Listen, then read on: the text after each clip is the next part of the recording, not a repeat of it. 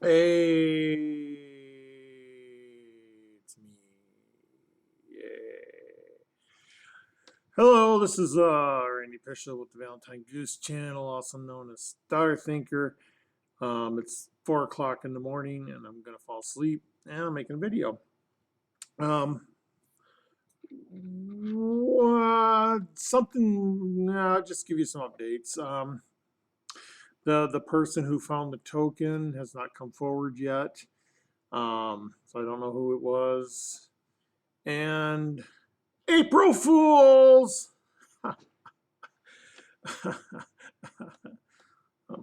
um, no, but I was in a chat room like a week ago, and somebody mentioned they were going to bring a metal detector, and I said a metal detector wouldn't do any good.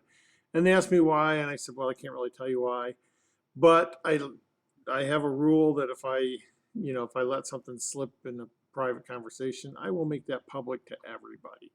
I don't know if I made it slip. I don't know if that's a slip or not, but I can definitively say that a metal detector will not help you find the token.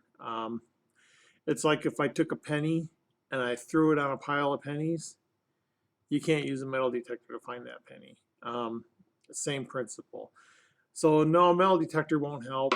Um, so that's all I have to say about that. Whistle Pig. I gave the book to my intelligent friend, and she started sending me these emails. She had written like presidents of horse associations and these really big wigs in horse racing, and I'm like, whoa. And she basically was like, does this sound like a horse race? Does this sound like a famous horse race? And she gave all the details of chapter one. And I'm like, wow, who would even have the balls to do that? And she did. So she's like, and we came up with a couple of things that I'd never thought of before. And I learned a lot about horse racing that I never thought of before. So it was really eye opening, really interesting. That's why she's the smart one. Um, Still knowing what horse race it was and everything doesn't move us any closer as to why that's important. So um, that's about it for Whistle Pig. She's got my only copy, and for some reason, the Whistle Pig is going for like a lot of money on Amazon and stuff. So I don't think it's worth it to buy another copy. I'll just wait till she's done with it. And she's just obsessed with chapter one and getting everything out of chapter one. And I can't wait till she gets to like chapter two and gets everything out of chapter two. And that's funny because she's like, no one writes this way, no one talks this way. Who wrote this dialogue? Who did this? This is awful. And I'm like, this book won an award for its writing. Now this is awful. It's a delight.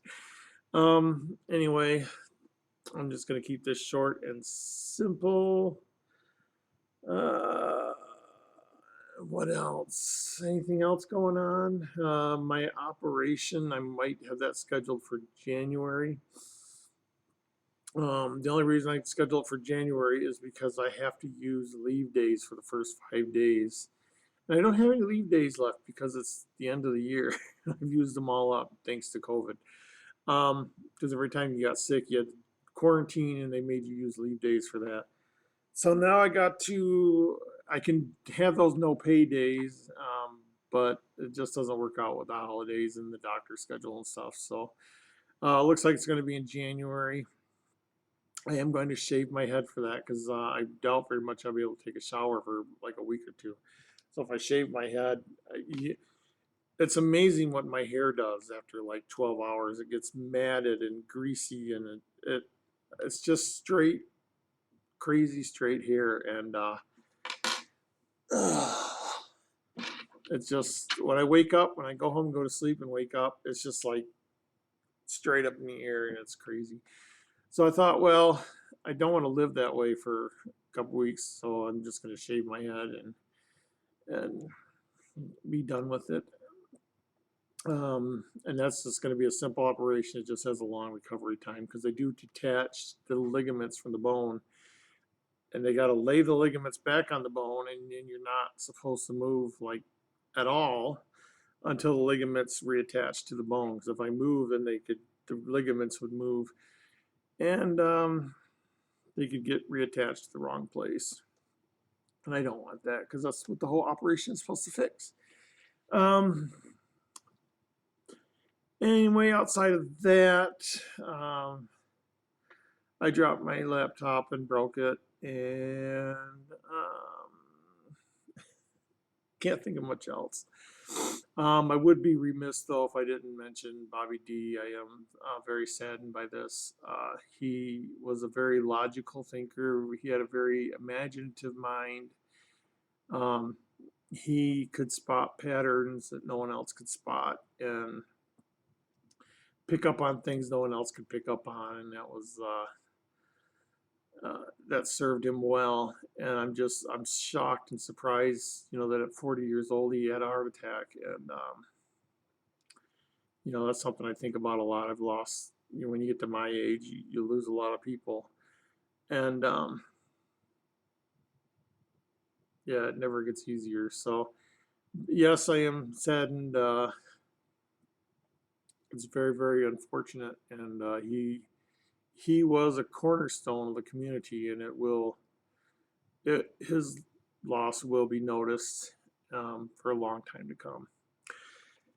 Having said that, I guess I could wrap this up. I don't really have much else to say. It's a light night at work, so I'm just basically doing little things to keep myself awake. I gotta fix my laptop. That's my next thing to do. So anyway, I just wanted to mention that about the metal detector, and say a few words and wrap it up. I'm only at 7 minutes, so that's pretty good. You guys take care.